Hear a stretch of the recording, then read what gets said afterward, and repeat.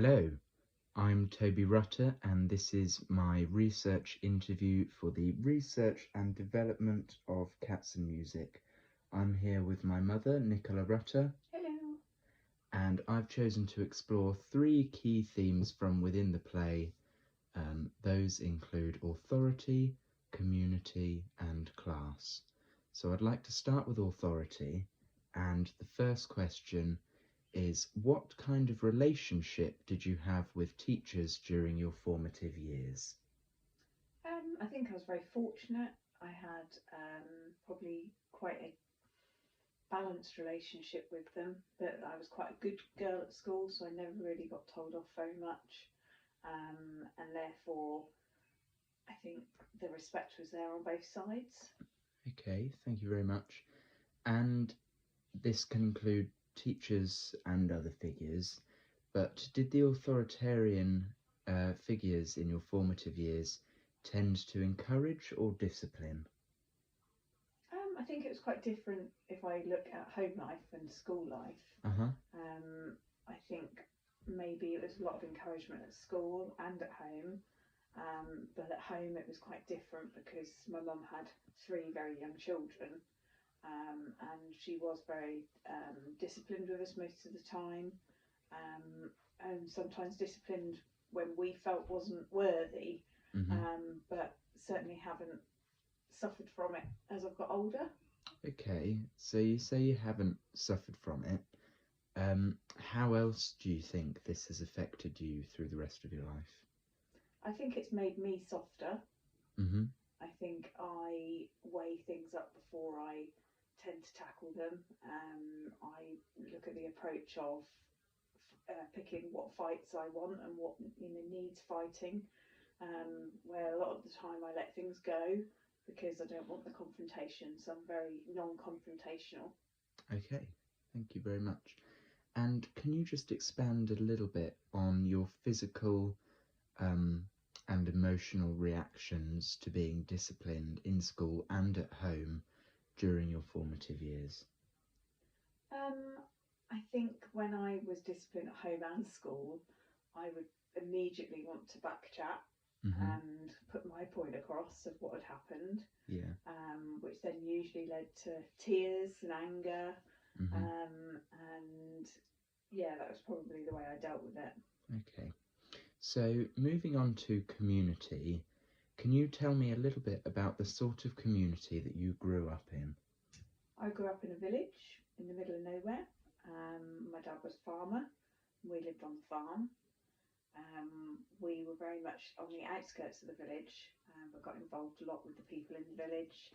Our best friends were in the village. We had one pub in the village, no shops, so you had to go out of the area to go shopping or to buy a pint of milk. And it was kind of a very guarded community. And this doesn't have to be the community that you grew up in, it can be any community through your life. But can you remember any experiences where your community has come together? Yeah, we did a fete one weekend in aid of, it was some charity, don't hold me to what charity it was, but it was a charity, and the whole village got involved. And we used all the village hall that we had. Everyone from the village was there, and people that came from outside the village as well. Yeah. And what about in times of stress or need? Can you remember everyone coming together? I think latterly, really, since my mum died, the whole village rallied round for my dad. Yeah. Everyone was there for him, which had always been the case. Yeah. Okay. And can you remember any sort of outcasts or people or families who just didn't fit into any communities that you've lived in? Oh, definitely. So the village that I grew up in had kind of two ends of it, and it was called Chapel Lane, and there was a family there that they just didn't come to anything, and if they did, they were outcasts. And do you need names? Don't need names, but just the traits sort of that made them outcasts. Made them outcasts. They didn't wash. Right. They socially very nice. Okay. That sort of person that, you know, if they got Yeah. involved, it was usually they were drunk and Yeah. disorderly and, A you little know, bit that sort of, awkward. yeah. Okay, so moving on to the final theme, which is class.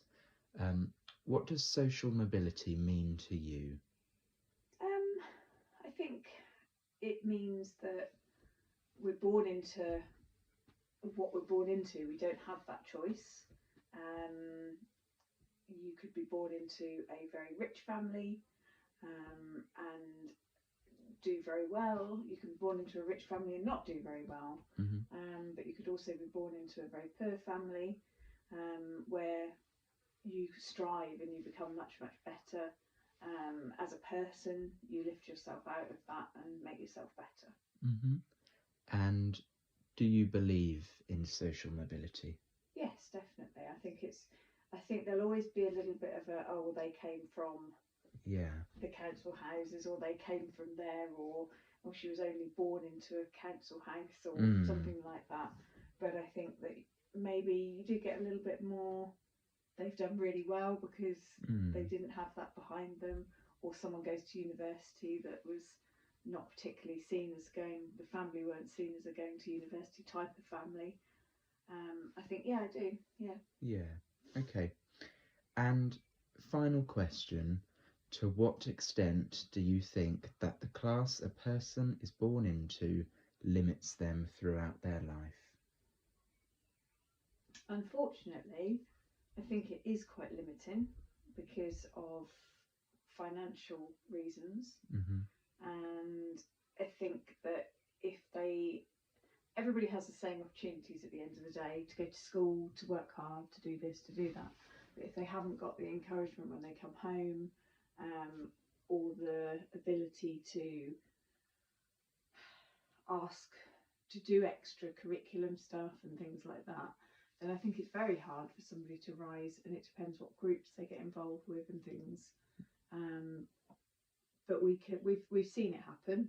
You know, I went to school with people that were living in the council houses in the villages that we lived surrounded in, and I also know some of them are now lawyers and, you know, live in London and have done lots of amazing things. So it's definitely doable, but I think it's probably harder than we think. Brilliant. Okay, thank you very much. Pleasure.